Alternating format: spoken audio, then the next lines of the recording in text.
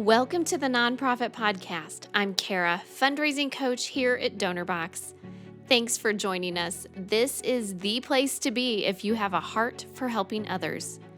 The world is a confusing and stressful place at the moment, so finding hope and then taking a moment to fully appreciate all the big actions that go into creating it doesn't happen on your own all the time. Hope is a small word, but it carries an enormous impact and huge responsibility. Today, we talk to the founder and president of the organization Maya's Hope, and she knows this all too well. The organization works to provide basic necessities, emergency surgery, and support to impoverished, disabled, and marginalized children globally. In fact, they've concentrated these relief efforts on the Philippines and Ukraine for the past 10 years. While they set out to meet their basic needs, what they really do is offer children and their families in desperate situations hope. Maya is a gem. She's forthright and a warrior for her cause.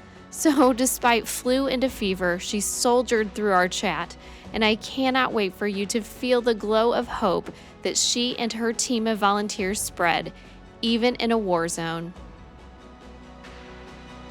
Maya, tell me about Maya's Hope. What problems do you solve in this world? What type of programs do you offer? So we help provide the needs for children that are either impoverished, disadvantaged, such as the war in Ukraine, or those with disabilities. So we help provide assistance for orphanages. We also fund caregivers. Some of the programs that we had for caregivers was paused because of COVID, but we do still have caregivers in our program that we fund. We also provide for the basic needs of children that have disabilities. So an average order will be like Pediasure, diapers, wipes, the anti-seizure medicine if that's applicable. So it's providing the needs that they most likely wouldn't have even had before if they didn't apply to Maya's Hope because they couldn't afford it. What are your areas of greatest need? Is it medical treatments like you mentioned, sponsorships for individual children? What is it? Our greatest need is really both because basic needs is actually the biggest chunk of our programming because we have many children in that. Of course, surgeries are really important because they're very expensive. So the average surgery, for example, in the Philippines is about 5,000 US dollars. But when we take on a case, we don't know exactly how much it could cost.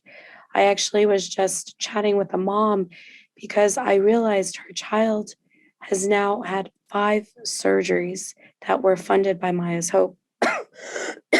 Excuse me. So with each child, we don't know exactly if it's going to be a long-term help.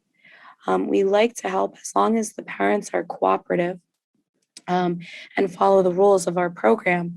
So, we had a case where a child we thought would be 5,000 turned out to be $25,000 at the end.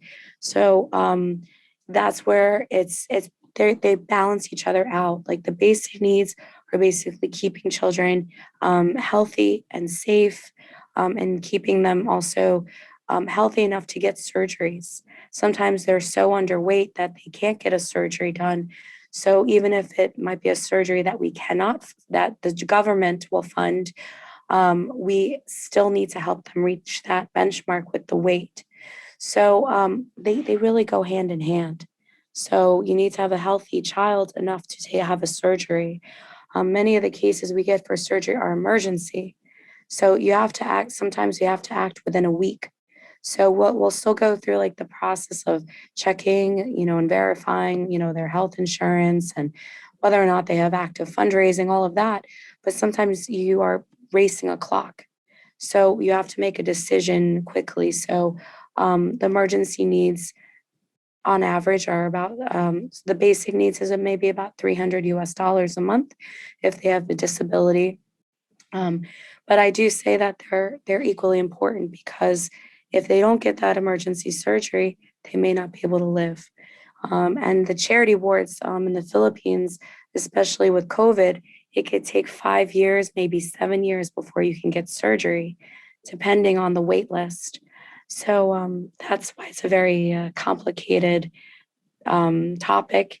And it's something that I can't say one is more important than the other because they're equally important. Well, Maya, tell us about the inspiration behind Maya's Hope and when and why did you decide to follow a path supporting and advocating for so many children? What spoke loudest to you? It's always the question I get from Maya's Hope. I think there's two reasons. One of them was I lost my mother unexpectedly in 2007. The second answer I would have to say after 10 years of doing this work is God, because there was many little inspirations along the way, but I didn't expect that children would be impacted on the level that we are doing now in Maya's Hope. So I'm going to give credit to God on that one.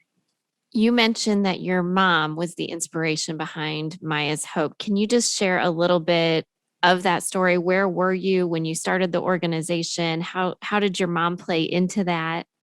Yeah, I mean, my mom just was she was just the most incredible person. I mean, you just don't know how incredible your mom is until, you realize not everybody's so lucky to have somebody who cared so much. She when she passed away, I just didn't have that support anymore. And I just thought like, God, there's so many kids out there that don't have parents and don't have somebody who tells them how special they are or how, who helps give like even advice. Like I have parents that I have to advise them what to do because they don't know. Whether it's diet or you need to see this type of a doctor. And they thank me for the advice. And I attribute that really to my mom because my mom seemed to know everything. So I feel like I'm able to spread a lot of knowledge, also thanks to Google. So I got to give Google a lot of credit when I don't know the answers.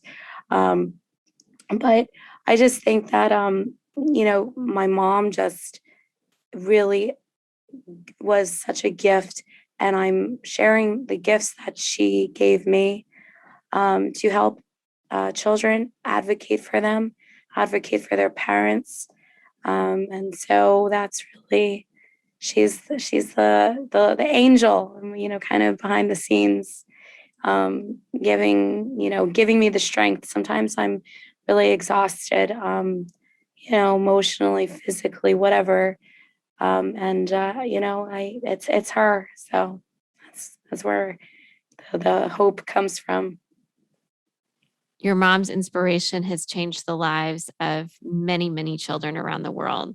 That is very inspiring.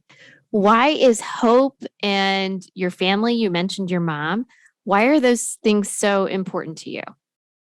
My mom was an extraordinary human being.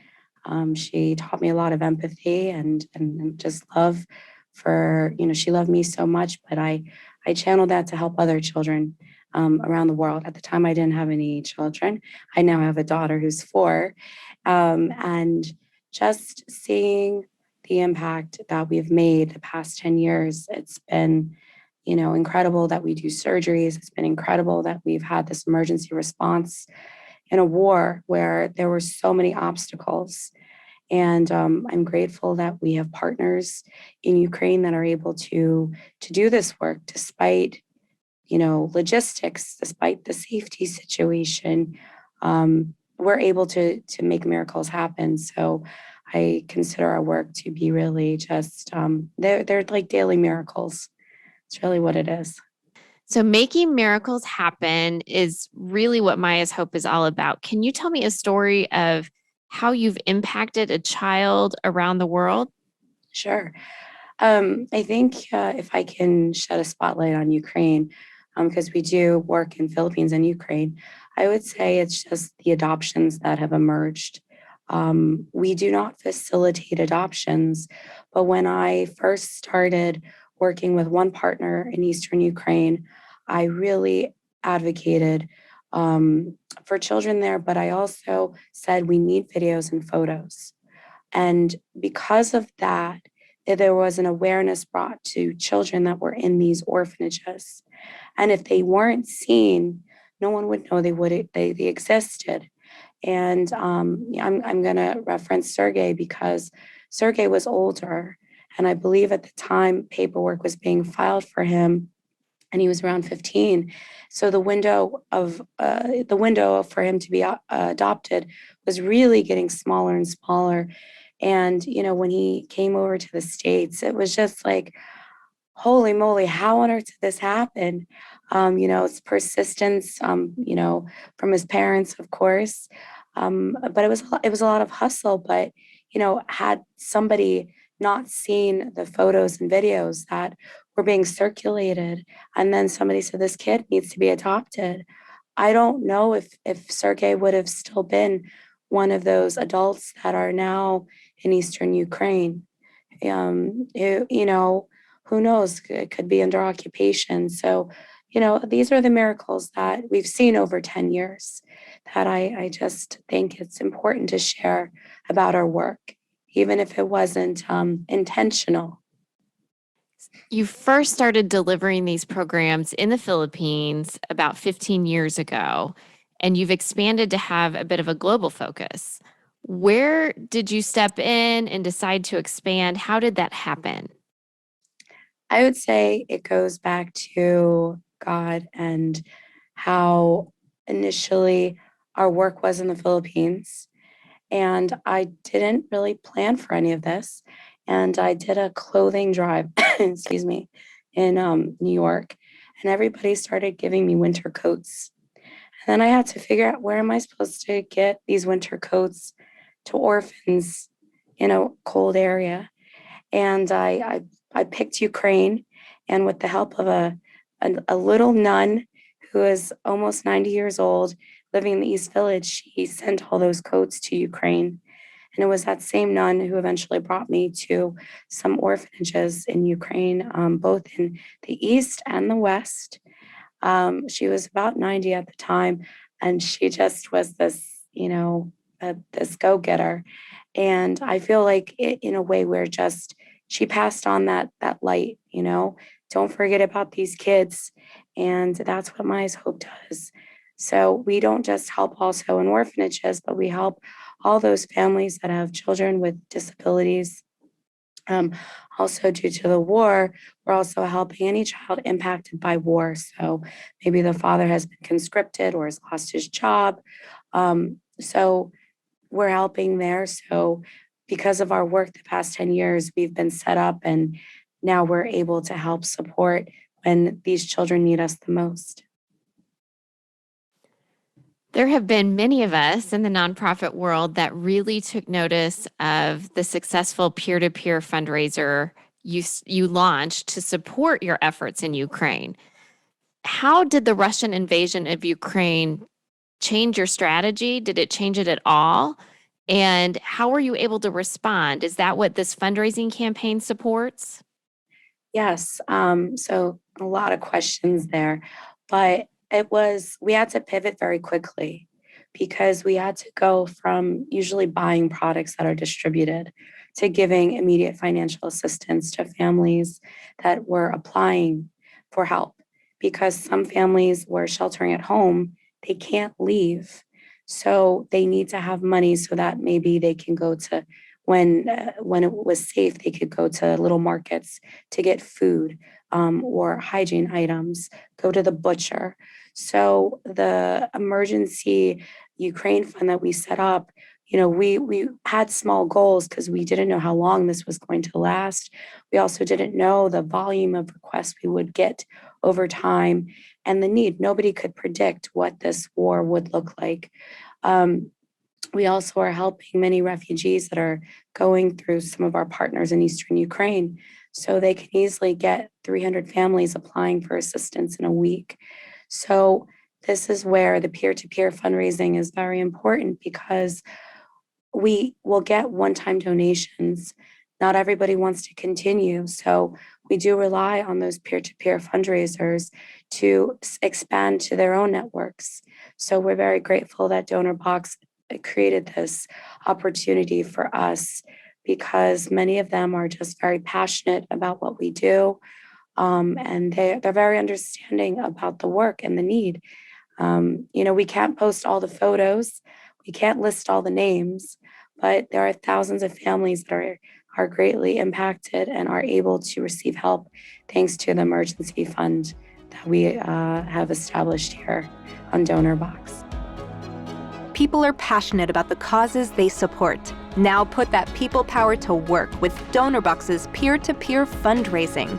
With easily customized, shareable fundraising pages linked to your main campaign, each supporter becomes a campaign creator, reaching and inspiring a growing audience of new supporters, bringing your fundraising goal closer with every share. DonorBox Peer-to-Peer, the power of people, the power of connection, helping you help others. I spoke to an organization that is set up similarly to yours a few weeks ago. They have global initiatives and have lately been spending a lot of energy and fundraising efforts around raising money for their Ukraine support because the need is so urgent and very high crisis right now. I think you're probably in the same boat. The world is firmly focused on everything that's going on in Europe, but you also have the need to sustain funding in other places in the world. How have you been able to navigate that? Well, I want to say things go in waves. When the war happened, it was such a shock for all of our partners. Two of our partners were in bomb shelters. There was always threat of another partner, just because you just didn't know what could happen. There was, so I feel like the first, 2 weeks, we really had to act quickly, but you still had to deal with the shock of everything. And I think that should be addressed. So thankfully, our team was really, we just were steady with our fundraising, and we exceeded a lot of what our goals were at the time. But as you know, once you build these programs and people find out about it, you also open the floodgates too. So people are applying for assistance, and we are doing our best to accommodate, the request and be as fair all around. Um, I will say that for the other programs outside of Ukraine, they slowed down. And I think that's just natural because the attention was on Ukraine.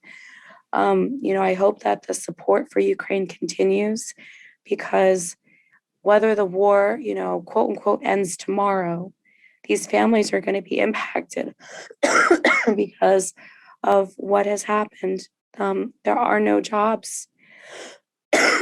Families have fled to different areas.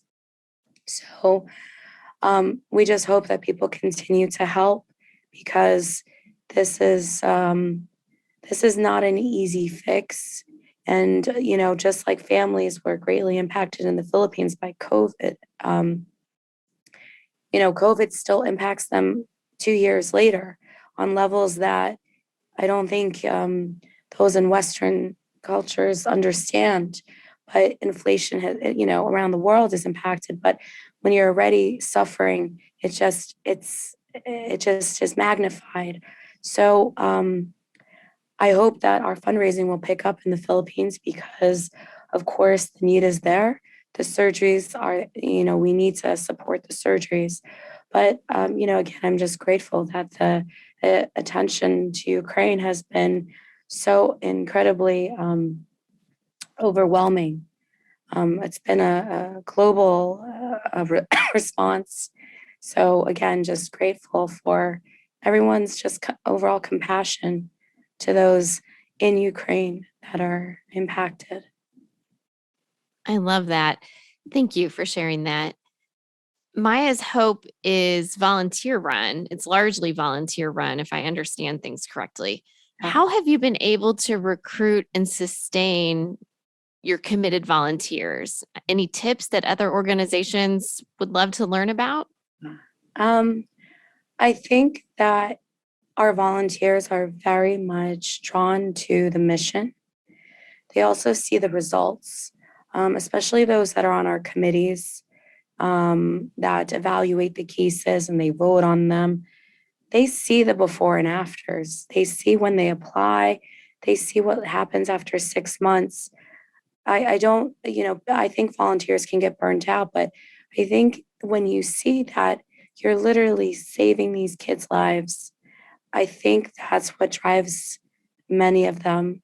I think that there's always a cycle for volunteerism. I always say it's 2 to 3 months, but it also depends on where they are in their life. So, they might be in between jobs, they might be, in college, they might have gone through a life experience that they feel like they want to give right now. So I think we're just very respectful of our volunteers. We show them that we appreciate them. We do our best to engage. I think also the volunteers are always connected to one another, and also they're humans. So sometimes they go through periods where it's difficult, and the team is supportive of them. I think the worst part is when you go through difficult times on a team and you don't feel like other people care. And I really do. I personally try to reach out to team members when they're going through something, but I think that our volunteers are always supportive of one another. So you build a family and you don't just create a role. Absolutely. You create a family, not just roles. I think a lot of nonprofits can learn from that and use that as part of their volunteer engagement because it's so important. Okay. So, Maya, when there's a crisis and there's an emergency, people tend to step in and give and give and give. And then other news takes front stage, things that are going on in the world or the media. Um, and then the focus tends to shift for a lot of us. How are you seeing that as far as donations are concerned? How are you navigating that as an organization? I would say that we are doing our very best to support all the families that are applying for assistance and meeting their needs and getting it to them as quickly as possible. But I think as you mentioned, as things aren't as trendy or it doesn't get the spotlight, donations aren't coming in as they once did, as in February and March. And so, for us to really continue this work, we have to actually work harder to, reach out to our donors to say, please don't forget us, because we don't want it to come to a point where we have to say, sorry, but we can't because we've run out of funding. So we've raised our goal to 1 million. I do think that we will need to raise it. I mean, because the need just keeps growing. So I just ask those that have donated and those that don't know yet about the cause, like, to keep helping, because this war will have impacts that will last years. So again, we're just so grateful for everyone's constant concern and donation, and to continue as much as you can. I always like to end our podcast with a little bit of inspiration. What about Maya's Hope today inspires you the most? Today I would say I think I have a greater level of understanding and empathy because I became a mom. I actually did not understand how hard it was for these moms. Um, and when I get the cases of them in a hospital and they are just terrified, I'm trying to give them words of encouragement that it's going to be okay. And sometimes you just need that, giving them hope that their kid is going to be okay, or giving them hope that the war is going to come to an end. I think that the story I can share with is bombs were going off for many of these families. They were dealing with curfews. They're terrified. And I had a mom recently say, "You were our salvation during a time that we didn't think anyone could help us." And, it's just words that she could share with me, but it really gave me a lot of, it touched my heart in such a way that I don't even understand the impact of our work. She really thought that they were going to lose everything and that their children were going to starve. And instead, we were that glimmer of hope during a very, very dark time, especially in the beginning of the war. So that's sort of my inspiration of hope that I can share, that you really don't know whose lives you're touching on the other side of the world. So these families have so much gratitude that I wish I could share with everybody who donates to Maya's Hope. But they really are just so thankful that you're an angel somewhere on the other side of the planet, who helped them during their greatest time of need. That is very inspiring indeed. It is your donors that fuel the organization that allow these mini miracles to happen, which is just a beautiful connection. Well, thank you, Maya. Thank you for joining us. Sure. Thank you so much for having me today.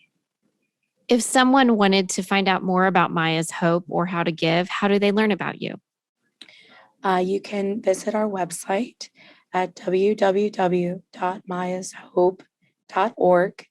I also invite you to go to our Facebook and Instagram, because that's where most of our up-to-date photos are. And you can go to Facebook and it's Maya's Hope, and Instagram is Maya's Hope Foundation. So again, we hope to connect with you some way. And you can always email us at info@mayashope.org if you have any other questions. Well, I will be visiting that to see some of the stories of impact of your work on the ground. Excellent. Thank you, Maya. Thank you for having me. We can all learn a great deal from the empathetic but pragmatic approach Maya has taken. She and her organization have used their strengths effectively at every stage of developing their strategy to meet an overwhelming and still growing level of need. Based on their strong volunteer program, coupled with the commitment of their on-the-ground partners, they have leveraged the opportunity to expand their donor network through their fundraising tools and events, and it's had a really positive impact. Maya and her team, as I'm sure you can hear from her voice, have been hard at work, and despite their exhaustion, they just keep going. Why? Because they have the heart to help. Maya's Hope is a ray of light in the darkness of conflict and poverty for so many children. With your help, they could be as bright as a sunrise. And that's why the Nonprofit Podcast is here to amplify the positive social impact Maya and other hope bringers are making. You'll find us here with a new, inspiring, informative, and always interesting interview every Thursday. So be sure to join us next week. Hit that notification bell so you don't miss us. And until next time, stay inspired. The Nonprofit Podcast, powered by DonorBox, helping you help others.